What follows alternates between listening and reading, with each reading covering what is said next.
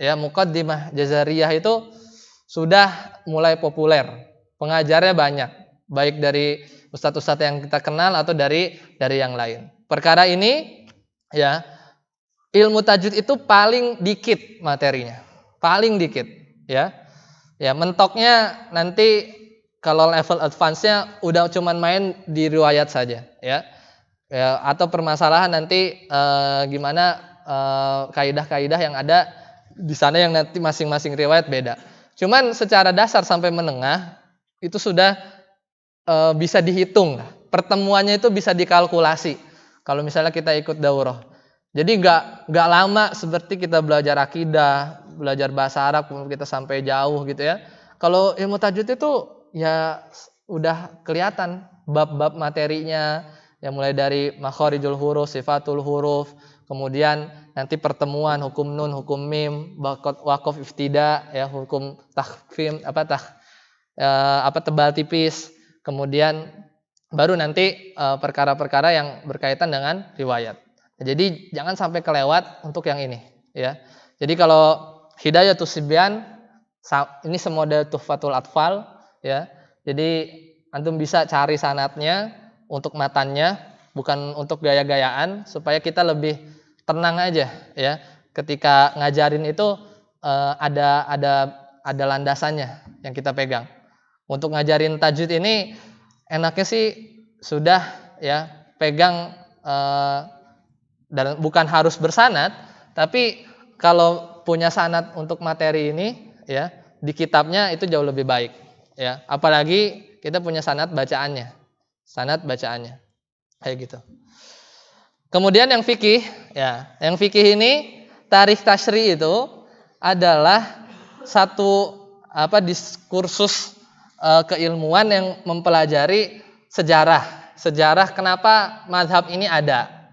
Minimal itu kita tahu dulu sebelum kita belajar bab toharohnya gitu, dari jalur yang mana, mazhab apa. Sejarahnya itu kita tahu dulu, mulai dari yang pertama siapa, kemudian dari Imam Abu Hanifah, kemudian dari Imam Malik, kemudian Imam Syafi'i, Imam Hambali. Itu kelihatan dari mana nih alurnya. Ternyata tuh mereka saling berkait. Imam Syafi'i udah mulai menggabungkan ya ra'yunya di Abu Hanifah ya sama kekuatan hadisnya di Imam Malik. Dari situ kan kelihatan kenapa kok Hambali terakhir muncul seperti ini kesimpulannya atau titik-titik perbedaannya dalam usul. Nah, itu sejarahnya dipelajari, belum materi fikihnya. Itu bisa pakai tarikh tasyri, ya. Di saat yang bersamaan kalau di sama Ustadz Andi pakai Umdah Salik ya kan ya, yang nanti pekan depan. Ini ada satu kitab fikih ya, Syafi'i lil Mubtadi'in, isinya kesimpulan. Jadi kalau kita belajar ini, ngelihat ini, kita mungkin dulu sempat kenal nggak kunci ibadah? Tahu nggak buku yang kunci beda generasi kita? Yang kunci ibadah tuh yang isinya sholat begini, yang suka dijual sama abang-abang di kereta dulu tuh ya, yang buku-buku itu fikih sebenarnya. Cuman buku bentuk fikih itu isinya kesimpulan. Makanya nanti jangan heran ketika di fikih Syafi'i lil Mubtadi'in ini yang dalilnya jangan harap ada ya, tapi di balik itu ya berdalil gitu, ada dalilnya.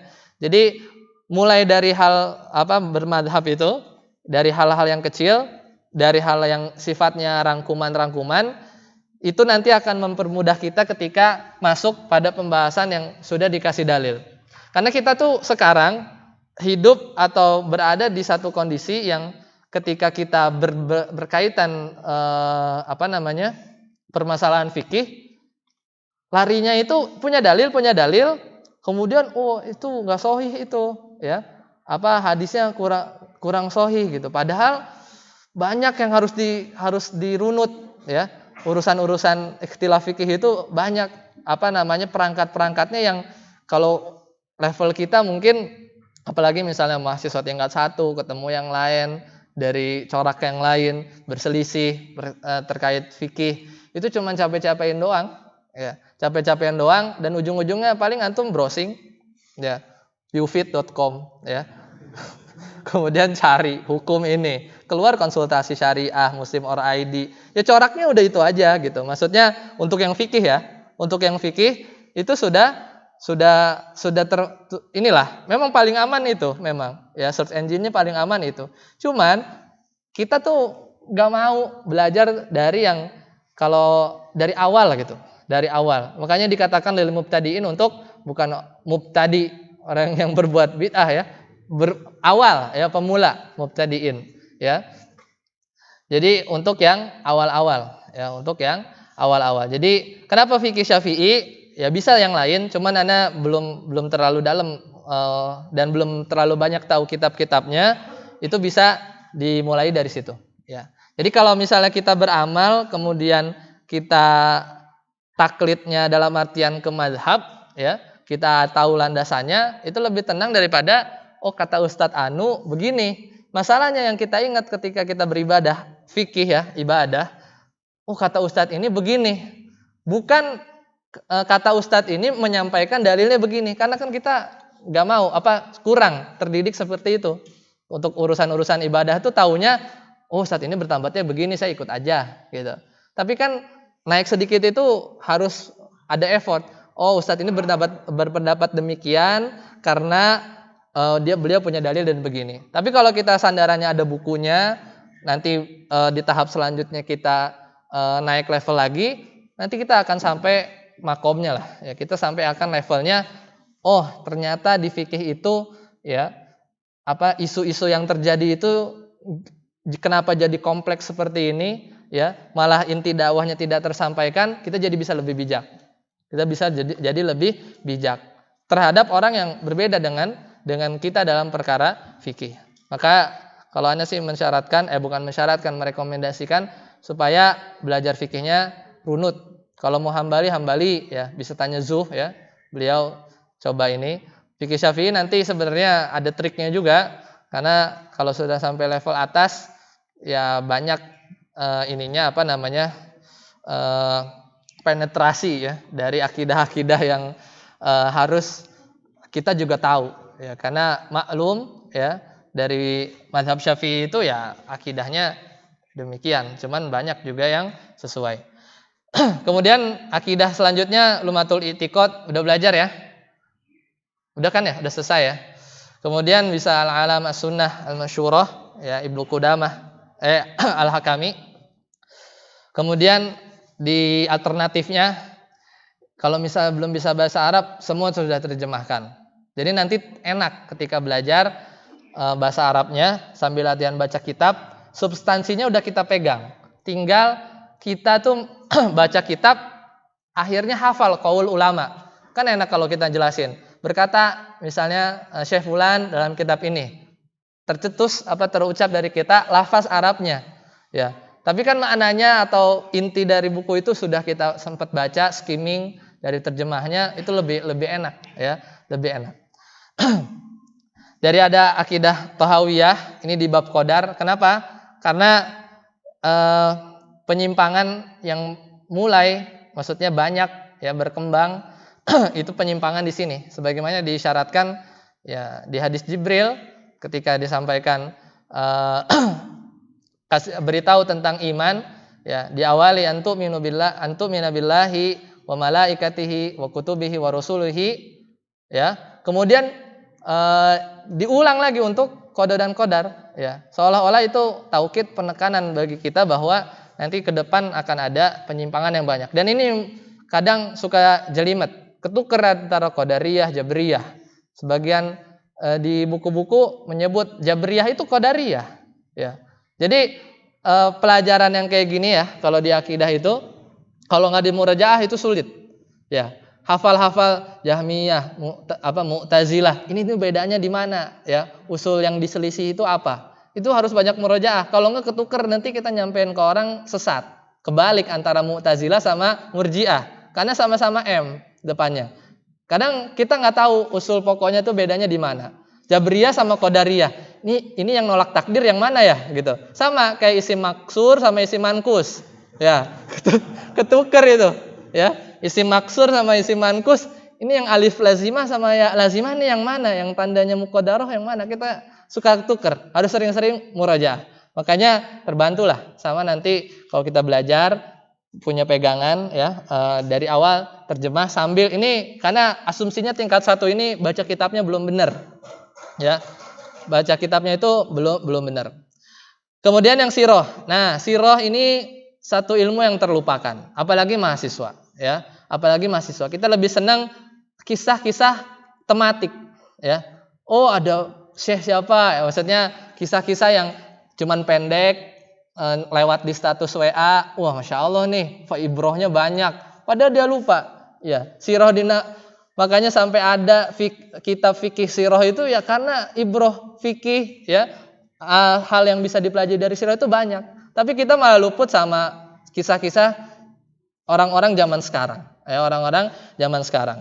Di sini ada Ar-Rahiq Al-Maktum ya, yang pemenang juara ini ya, penulisan sirah beliau Syekh Muhammad Syaifur Rahman Mubarakfuri. Kemudian di sisi lain ada Nurul Yakin. Ya, Nurul Yakin ini diajarin di pesantren-pesantren, ada khulasohnya juga, sudah diterjemahkan dua-duanya. Penerbitnya tinggal milih, tulis di Tokopedia keluar semuanya. Di ranking dari lowest price ada. Ya, jadi itu bisa tinggal pilih lah. Ya, jadi nggak sangat mudah akses ke ilmu itu zaman sekarang. Tinggal mau bacanya atau enggak. Nah, untuk baca sirah enaknya itu dipecah-pecah ya. Jadi bikin rangkumannya itu dipecah-pecah, kemudian enaknya nanti kalau sudah berkeluarga diceritain balik. Kalau belum berkeluarga cerita sendiri. Ya, jadi karena itu perlu murojaah ya. Enggak semua orang ustadz itu jago sirah. Karena itu isinya dalam tanda kutip dia cerita semua orang bisa. Cuman kadang yang spesialisnya dia bisa nyampein dengan kajian fikih sirahnya itu. Ya, kenapa kok pas perang bukan Badar, setelah Badar itu Uhud ya.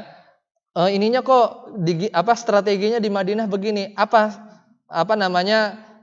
Faktor-faktor apa, orang munafiknya ini siapa aja. Nanti disambungin misalnya dengan realitas sekarang. Itu yang orang-orang kontemporer. Jadi nanti di organisasi itu ada duri dalam daging gitu ya. Jadi diambil ibroh-ibroh yang sebenarnya gitu kita bisa dapetin dari cerita-cerita kisah-kisah dulu. Bagaimana Nabi bersikap kepada Arab Baduy ya. Kenapa hadis yang Arab Baduy itu kencing ya di masjid itu namanya nggak tahu sampai sekarang siapa, ya kan? Ada apa gitu, disensor gitu kan, Arabi ya, Arab Baduy saja. Itu faidahnya apa? Nanti dalam Islam begini dan begitu ya, dalam perkara-perkara yang itu aib untuk menutup pintu mencela sahabat. Ya itu sahabat, orang yang kencing di masjid itu kalau kita sedekah segunung Uhud emas itu nggak ada apa-apanya kalau beliau sedekah 1 mud sahabat. Jadi tertutup pintu mencela sahabat. Jadi banyak yang bisa kita ambil. Nanti dipelajari di tingkat kedua ya untuk sirah, bagian fikih sirahnya. Kemudian fikih. Nah, tadi kan ini salah satu kitab yang ngeringkas ya. Mulakhos fikhi di sini dikaji nggak ya? Belum ya? Ada, tapi memang cukup lumayan tebal. Tapi belajarnya itu per bab, jangan semuanya dulu ya. Di sini didahuluin ya, Anda tulis fikih ibadah ya, fikih ibadah. Karena di situ babnya banyak. Nanti ada yang warisan, bab munakahat ya, peradilan ya, had ya. Peradilan kan kita, apalagi kita di sini gitu kan, belajar itu kadang cuman ngafalin berapa ekor unta nanti diatnya gitu kan. Jadi ujian aja kalau ikut yang struktur gitu, jadi ujian tapi udahnya lupa. Karena kita nggak dididik jadi hakim, ya, jadi MA, ketua MA gitu ya. Kalau di sana ya di kerajaan sistemnya ya ada kodi, ya, kodi. Nah di sini makanya fikih ibadah. Kalau di Syafi'i bisa dari matan Abu Suja, terus Safinatun Najah, ya. Ini sudah diterjemahkan. Nah balik lagi yang tajwidnya nanti masih di buku yang sama, ditamatin itu yang tajwid lengkapnya buku Abu Ya'la. Itu berisi bagus banget dari pendahuluannya Al-Qur'an, dari definisi Al-Qur'an, kemudian huruf-huruf hijaiyah sampai nanti bab yang wakaf ya, itu lengkap. Kadang dulu tuh ada nggak ya buku ini di apa yang membahas ini ternyata tuh Anda baru sadar belakangan bukunya beliau, padahal di rak tuh udah punya. Jadi ketahuan nggak pernah dibaca. Jadi pas dibuka, oh iya ini, Masya Allah, Anda beli buku ini tuh 3 tahun yang lalu. Tapi pas ngajar karena perlu suplemen lebih banyak, karena nggak bisa kita ngajar idgham, ya. Kemudian bab-bab yang lain kita nggak cover, ya. Karena tiba-tiba ada muncul pertanyaan, antum nggak bisa jawab, ya kalau dijawab la adri ya nggak usah ngajar gitu. Maksudnya dalam artian ada effort kita untuk lebih paham daripada yang kita ajarkan. Meskipun ya kalau nggak tahu ya kita bilang aja nggak tahu. Tapi kan nanti akan turun. Ini sebenarnya dia tuh paham apa enggak ya gitu ya. Kita cari guru yang lain lah gitu. Kan kasihan juga.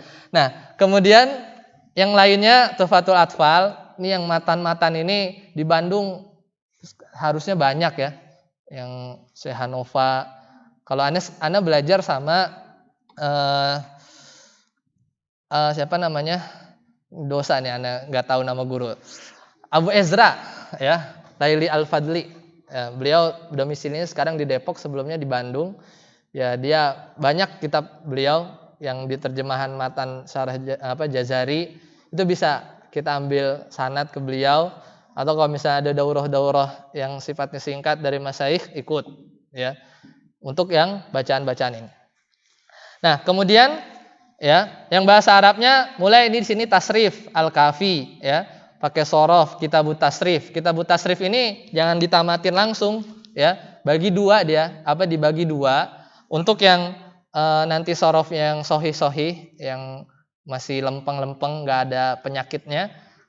Nanti baru yang huruf-huruf illat itu yang hafalannya sudah lumayan belok-belok ya. Kadang ngafalinnya juga sebagian ya ada sulit gitu. Jadi itu dicicil ya, tasrif hafalan sorof. Nah nanti bisa pakai al-mumti untuk alternatifnya. Nah ini tadi ya gambaran untuk yang kitab adab ya, gambaran untuk kitab adab. Kemudian ini yang akidah ya, nanti bisa di-share ya di PDF-nya. Kemudian ini yang tadi bahasa Arab ya, Muyasar, ini Syarah Jurumiyahnya Syekh Utsaimin, Al-Mumti. Al-Mumti ini tuh bagusnya ada latihan. Beda dengan Tuhfatus Tsaniyah, ada latihan, cuman yang ini lebih aplikatif ya. Dan ini ditulisnya ditakdim sama Syekh Mukbil ya. Buku ini ya.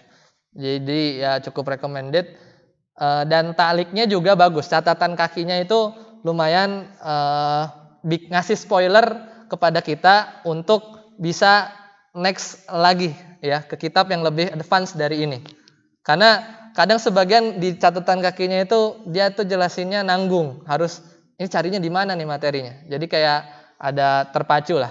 Sama juga dimasukin, insya Allah dari segi akidah ini terjaga. Maksudnya dari perkara-perkara yang sering menyeleweng lah. Misal huruf lan ya, terkait kayak apa akidah Allah itu nggak bisa dilihat. Lan taroni ya, lan taroni. Lan di sini maknanya abadan ya, tidak akannya itu selamanya gitu. Nanti dirinci. Oh enggak, kata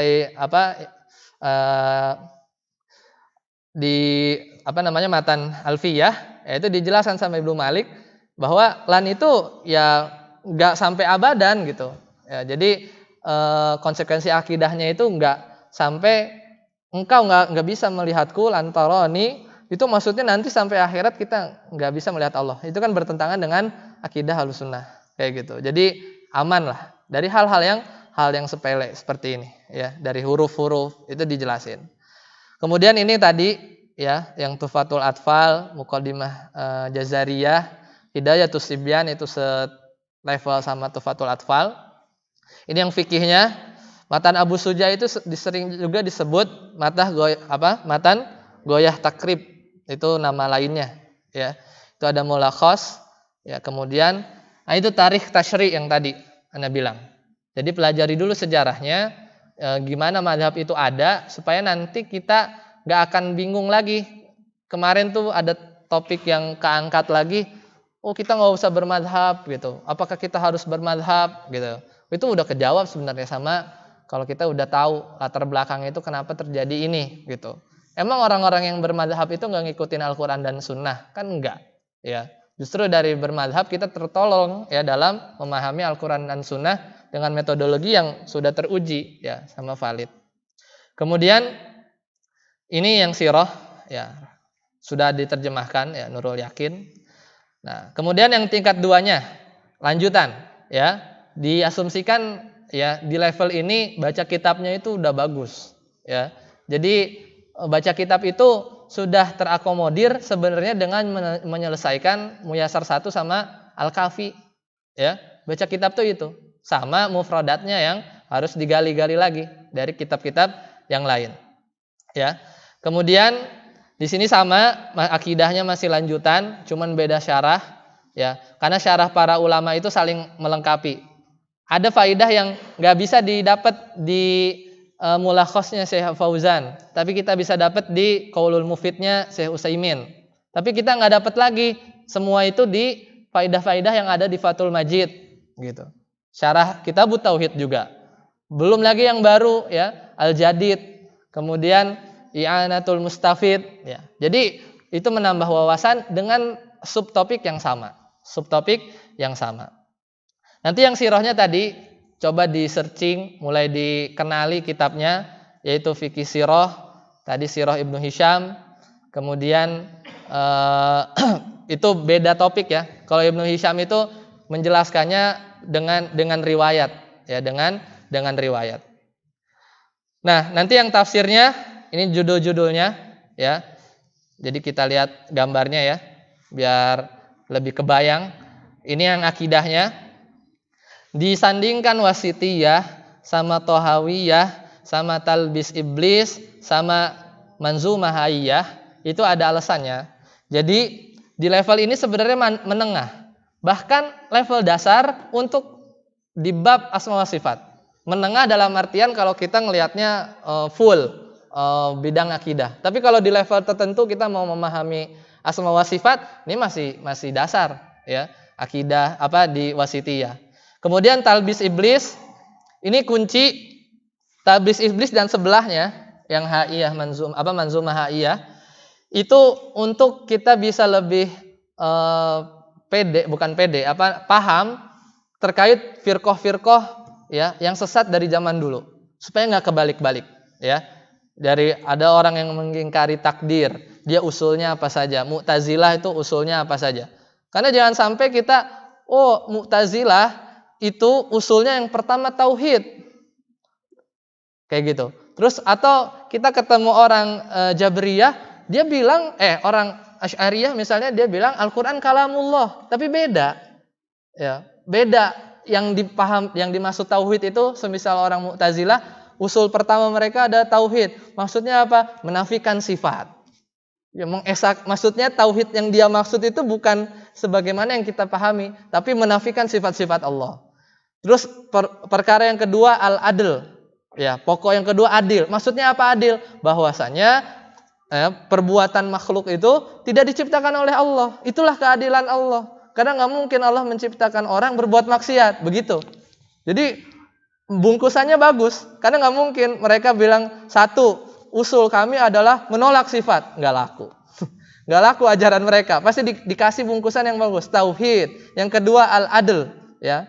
Keadilan Allah. Tapi maksudnya apa? Maksudnya menolak takdir, kayak gitu. Jadi itu bisa diketahui di sini, ya. Di kitab Manzumah Haiyah itu dalam bentuk matan, ya. Matan yang disyarah sama Ibnu Abi Daud. Apa maksudnya matanya Abu Daud yang disyarah sama Syekh Shalih Al Fauzan. Kemudian yang Talbis Iblis ini penting juga sama. Karena kata para ulama, kita tuh tahu kesesatan itu bukan buat jadi sesat, tapi supaya kita menghindari diri kita dari kesesatan tersebut dan orang lain. Kayak gitu. Jadi Talbis Iblis itu tersembunyi. Nah, ini yang fikih sirah ya sama sirah Ibnu Hisham. Kemudian yang ini usul tafsir. Qawaidul Hisan karyanya Syekh siapa namanya? Abdurrahman Sa'di yang pengarang tafsir Sa'di ya, As-Sa'di itu punya kitab ya. Qawaidul Hisan itu isinya 70 kaidah dari kaidah-kaidah tafsir.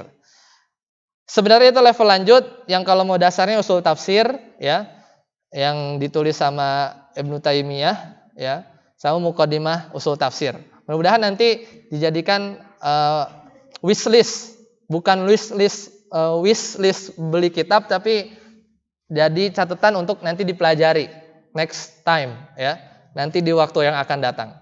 Karena ini akan bermanfaat insyaallah ya. Apalagi kalau bahasa Arabnya udah bagus, ketika kita ketemu domir, usul fikihnya udah bagus, ketika ketemu lafaz yang umum, am, khos, terus gimana kita memposisikannya dari segi ilmu tafsir, kita bisa elaborate, nggak cuman urusan kuliah aja. Meskipun nanti di masyarakat ya ketemunya tahsin lagi, tapi ini harus kita uji. Sama lah, antum kerja, Anda tuh kerja ngambil 140 SKS waktu kuliah dulu, yang dipakainya tuh hanya 7 atau 8 SKS yang sesuai dengan bidang. Bahkan dulu 2 tahun Anda di IT dulu. Jadi benar-benar nggak kepake.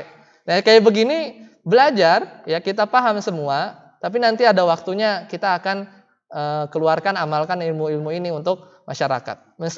Setidaknya keluarga, karena setiap orang nggak akan jadi ustadz. Kemudian ini yang fikih, ada mulakhas fikih. Yang ini Fathul Qorib, yaitu lebih dijelasin lagi dari Abu Suja. At-Tadhib ini ngasih dalil dari masing-masing kitab, dari masing-masing yang ada di Abu Suja, dikasih dalil.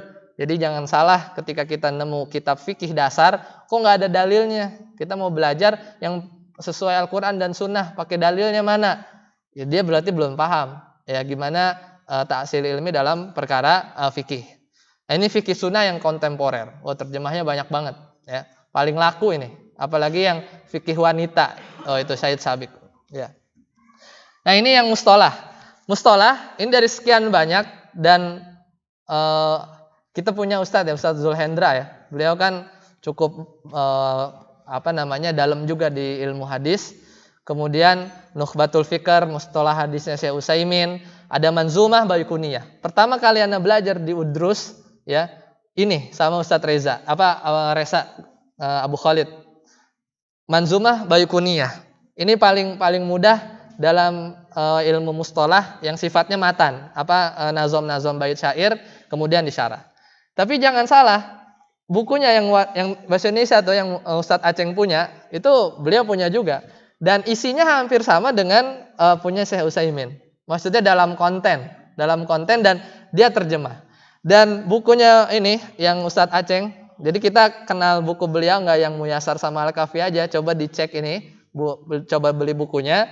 Itu menjelaskan istilah-istilah misalnya terputus, maktu, misalnya mursal, itu dengan kayak gini, ada sosok Pak RT, kemudian dia menyampaikan kabar langsung dari gubernur gitu. Jadi dia ngasih rantaian sanad itu dengan istilah yang kita paham. Jadi kebayang, putusnya di Pak Wali Kota gitu. Ini kalau hadis kayak begini kabarnya apa? Info misalnya himbauan dari gubernur, tiba-tiba Pak RT dapat gitu kan. Nah, harusnya kan dari Pak RW dulu, terus lurah, terus camat, wali kota atau bupati baru naik.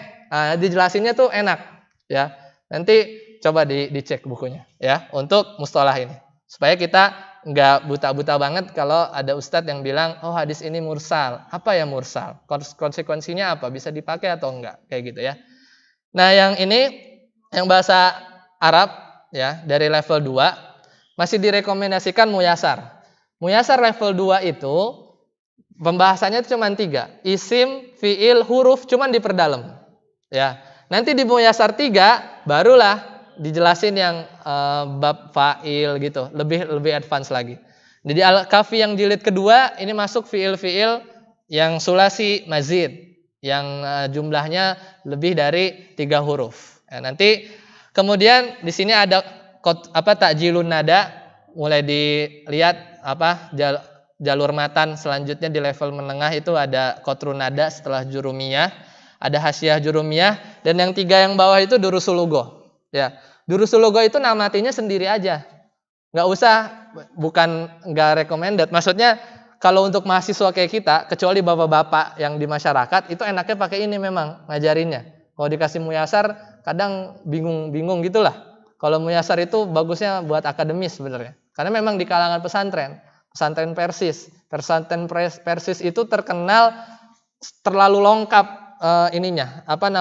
tingkat kesulitannya tuh. Ibarat kalau ada pelajaran kelas 3 SD, kalau di Persis itu diajarinnya di kelas 1 SD gitu. Jadi kayak inilah jauh banget ininya, stepping urutan belajarnya itu, makanya kayaknya tuh kitabnya berat-berat. Coba kalau di Bandung kita ketemu kajian tafsir itu kayak tafsirnya Ibnu Asyur gitu, nggak Ibnu Katsir, itu yang lebih advance, tapi mad'unya ya masyarakat gitu. Jadi memang mereka dididik kayak gitu. Makanya nggak heran nanti yang mustalahnya Ustadz Aceng itu jelasinya bagus gitu. Kayak buku tipis tapi sebenarnya itu kalau di level yang kitab Arab itu udah banyak yang dikumpulin di situ, ya. Jadi itu kelebihannya beliau. Beliau tuh kiai tapi tanpa gelar, ya. Kiai tanpa gelar. Nah, satu lagi itu mulakhos. Mulakhosnya mungkin nggak seperti yang antum lihat. Tapi ini recommended yang ada tahqiqnya. Kalau mulakhos yang kayak fotokopian, tahu kan mulakhos yang tulisan hurufnya dempet-dempet, ya itu antum susah juga bacanya. Kalau ini fontnya udah komputer lah. Maksudnya udah seperti font di komputer. Kalau yang mulakhos yang warna oranye itu kan kayak nempel lah. Titiknya juga hilang kadang, ya. Titiknya juga hilang dan nggak ada tahqiq karena ada beberapa contoh-contoh yang sebenarnya itu dalam akidah, dalam pembahasan fikih itu dikomentarin. Ini tuh kurang tepat, contoh seperti ini, misal di bab laula lah. Kalau seandainya tidak ada dokter, kamu nggak akan sembuh gitu. Kalau di sini kasih taklid, perkataan gitu tuh nggak boleh gitu. Kenapa? Karena begini dan begini. Tapi kan kalau kita kadang bikin contoh bahasa Arab itu yang bagus gitu ya. Jangan sampai nerjang sana, yang penting contohnya jadi, tapi harus ada dasarnya. Nah, yang ketiga, ini yang level 3 ya. Dulu tuh kalau ana pribadi untuk namatin kitab-kitab ini semua itu waktu jadi alumni sebenarnya kesempatannya. Jadi berarti 2 tingkat yang lalu itu ana namatinya ketika selama kuliah lah. Yang tadi ini selama kuliah. Jadi yang tingkat 3 ini berjalan tepat setelah lulus, ya. Tepat setelah lulus, beban udah plong, udah wisuda. Udah wisuda, ada waktu luang, dan waktu itu juga udah nikah. Waktu itu nikahnya semester 8, pas skripsi. Pas skripsi. Nah, tingkat 3 ini barulah level-level yang kadang rekamannya juga cuman ada di masyayikh gitu ya. Rekaman yang ada di luar, kadang ustadz-ustadz lokal di Indonesia juga belum banyak yang jelasin secara detail. Adapun putus rekamannya, di track rekamannya, kitabnya tebel, cuman harusnya 100 pertemuan, cuman ada 20, mungkin futur itu muridnya, jadi nggak ada, jadi sulit aksesnya. Makanya kalau level ini ya kita harus bisa cari source-nya itu dari masyayikh. Mulai dilatih listeningnya. Jadi belajarnya itu mulai dilatih dari native, dari sana, dari pensyarahnya, kayak Takrib Tadmuriyah, Qawaid Muslah ini di asma wa sifat. Terus Syarhus Sunnah, ya nggak apa-apa, Syarhus Sunnah mungkin udah dipelajari lah, tahu banyak daurahnya gitu, Ushulus Sunnah, Syarhus Sunnah itu udah banyak. Cuman coba yang lebih langsung dari masyayikhnya, misalnya Syekh Abdul Razak, Ushul Sittah kita punya. Nah, yang tafsir ini baru kelihatan kan dari tingkat 3 ini. Sebelumnya kan usulnya, ya belajarnya usulnya. Kalau ini tematiknya. Tafsir itu mungkin kita butuh waktu berapa tahun untuk baca atau belajar sampai detail. Ada yang komprehensif, misalnya karangan Ibnu Asyur tadi, atau yang simpel-simpel aja untuk kita. Yang sering dibaca di masyarakat, misal tafsir surat Yasin, ada tafsirnya nih, Syekh Shalih Al-Utsaimin, kita pegang, kita lihat. Sebenarnya itu ayat-ayatnya Masya Allah, ya, pembahasan tauhidnya banyak, ya. Kemudian tafsir surat Al-Kahfi sama. Ini salah satu contoh aja. Atau bisa kita comot dari bab atau tafsir yang ada, misalnya tafsir Syekh Sa'di, kemudian dari Ibnu Katsir, diambil tematik, atau juz amma, atau buat membantu hafalan. Yang kita lagi hafal, tamatin tafsirnya. Itulah. Kalau untuk perkara tafsir ini lebih luas. Beda dengan usul tadi. Kalau tafsir ini kan lebih kita tenang lah, tadabur, merenung, ya. Jadi lebih free belajarnya, nggak ada beban. Ya, belajar tafsir itu nggak ada beban kayak belajar yang lain. Lebih mudah, ya, lebih mudah. Nah, kemudian yang fikihnya tadi sudah dasar, baru dikenalkan usul fikih, ya. Usul fikih, kemudian banyak kitabnya, usul min ilmi usul, syarah waraqat, itu kita bisa pakai. Kemudian di dakwahnya ini ada buku bagus dari Syekh Utsaimin, ya, terkait fikih dakwah. Bahasa Arab level lanjutannya ini udah sifatnya wawasan. Pun enggak apa-apa. Tapi kalau kita misalnya baca karya-karya ulama yang hidupnya di 300 sampai 400 600 Hijriah, itu level sastranya nggak akan tertolong dengan Muyasar 1. Jadi harus naikin sedikit lah, ya. Maksudnya ada kata-kata yang kalau misalnya dulu lempeng-lempeng aja, fi'il, fa'il, maf'ul bih gitu. Tapi tahu-tahu di level yang sedikit kitabnya klasik, oh ternyata masdarnya beramal seperti amalnya fi'il gitu. Jadi oh ternyata fi'il itu kok kayak masdar ya gitu. Nanti kan bingung tuh kalau kita ketemu yang sastranya tuh di 600 Hijriah, bukan yang kayak Syekh Utsaimin yang abad belakangan. Beda, ya. Cara nulisin faidah keilmuannya. Kemudian yang akidahnya ada Fathur Rabbil Bariyah, ini asma wa sifat juga. Tafsir Al-Kahfi, fikihnya masih sama, pakai mulakhos, cuman ganti bab, fikih faraid. Nah, ini juga antum harus kuasai ini dengan bagus. Anda butuh belajar ini 3 kali ikut daurah. 3 kali ikut daurah. Jadi kalau bukunya tadi ini ya, yang syarah yang akidah, ini tafsir, ini usul fikih. Nah ini, yang ilmu faraid, ini sama karangan Ustadz Aceng. Anda belajarnya waktu itu sama muridnya Ustadz Aceng. Jadi buku ini menarik. Jadi ngajarin fikihnya fikih faraidnya itu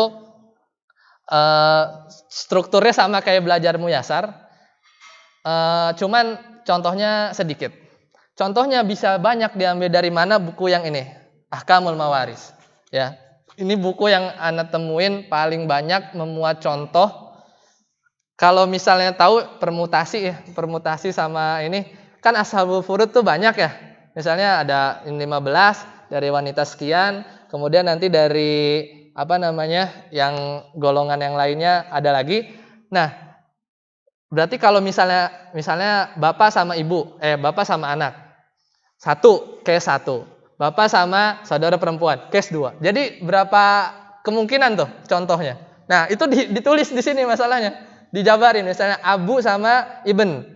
Nanti abu sama bintu, ya. Bab abu misalnya, bab bapak. Tapi abu sama ini, terus sampai jadi kayak piramid gitu contohnya.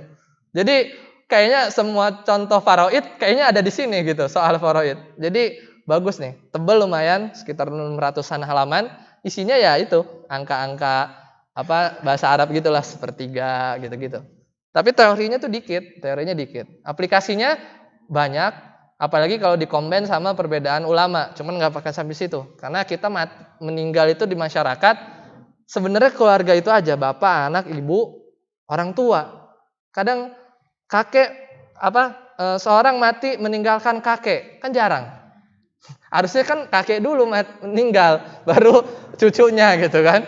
Ini seorang mati meninggalkan kakek, berarti kan dia si cucunya kan yang mati ini, yang wafat kayak gitu. Jadi case-nya jarang. Apalagi yang muktik gitu. Coba mulai dibaca-baca dan bagusnya ikut daurah. Karena kalau belajar pelan-pelan gitu, kalau nggak konsisten susah. Ini mah langsung aja ya, langsung didaurahkan saja ya, didaurahkan saja. Ini yang tadi tentang dakwah, ini bahasa Arab.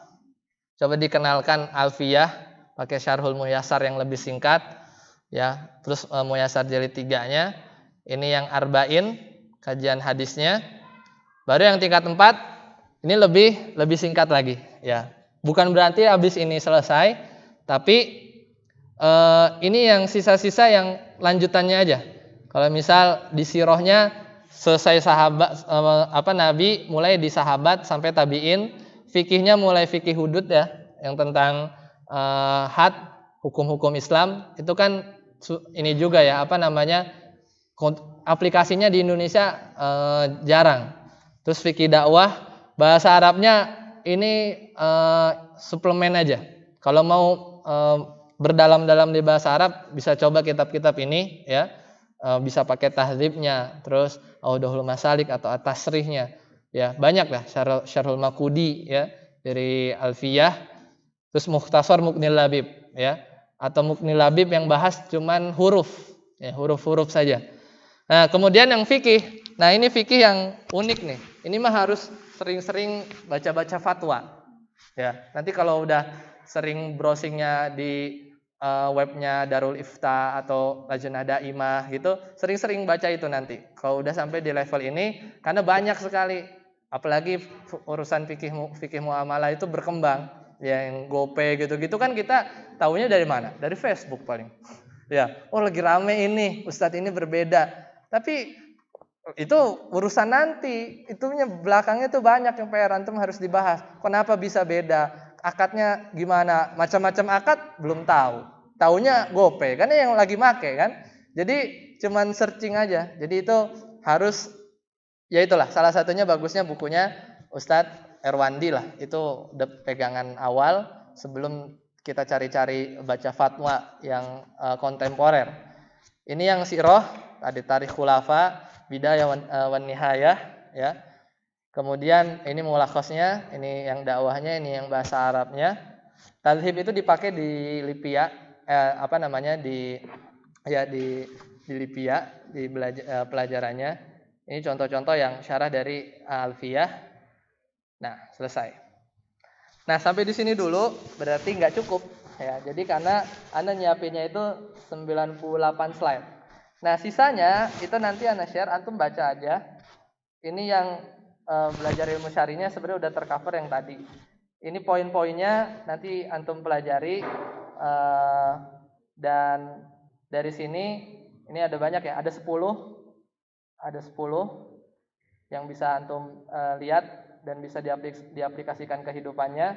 Ini contoh yang bagus ini nih. Yang bagian ini. Coba nanti di googling kisahnya Abu Hanifah, gimana dia jadi dalam tanda kutip ayah, ustadz, ahli fikih, businessman. Ya, dia orang yang kaya.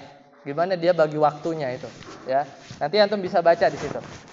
Nah, nanti ada 10 ya. Ada 10 yang bisa antum lihat. Nanti Anda share ke Nuha slide-nya dan sumber aslinya. Materi ini diambil dari pelajaran yang kami dapatkan di IOU untuk gimana cara ngatur waktu untuk mahasiswa online. Karena mahasiswa offline itu gampang.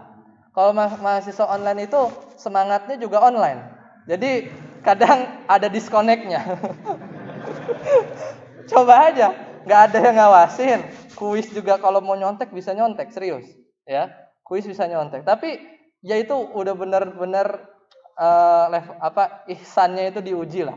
Allah ngelihat kita yakin kita melihat Allah. Kalau nggak yakin Allah melihat kita, itu sulit. Makanya banyak pelajaran kayak gini kalau di belajar online, karena tahu futur juga nggak tahu ya. Paling dari sistem orang IT-nya kelihatan kan, dia tuh aktif kapan, login kapan, itu mungkin kedetek. Cuman kan belajarnya nggak ada yang ngondisiin ya. Benar-benar self studies ya. Self study. Dia belajarnya benar-benar. Dan itu tantangan sih kalau mau yang ikut IOU. Nanti tanya-tanya ya. Kalau nanti Anda promosi lagi. Nah, sekarang kita tadi ya Anda mau kuis dulu. Di sananya nggak bisa itu ya. Gimana ya? Di sini Anda tuh harus buka web. Iya, Kahoot. Supaya mudah. Tapi nanti ahwatnya nggak ini. Gimana itu apa proyektornya? Ini cuma ada 3 kuis, cepat aja ya 20 detik 20 detik.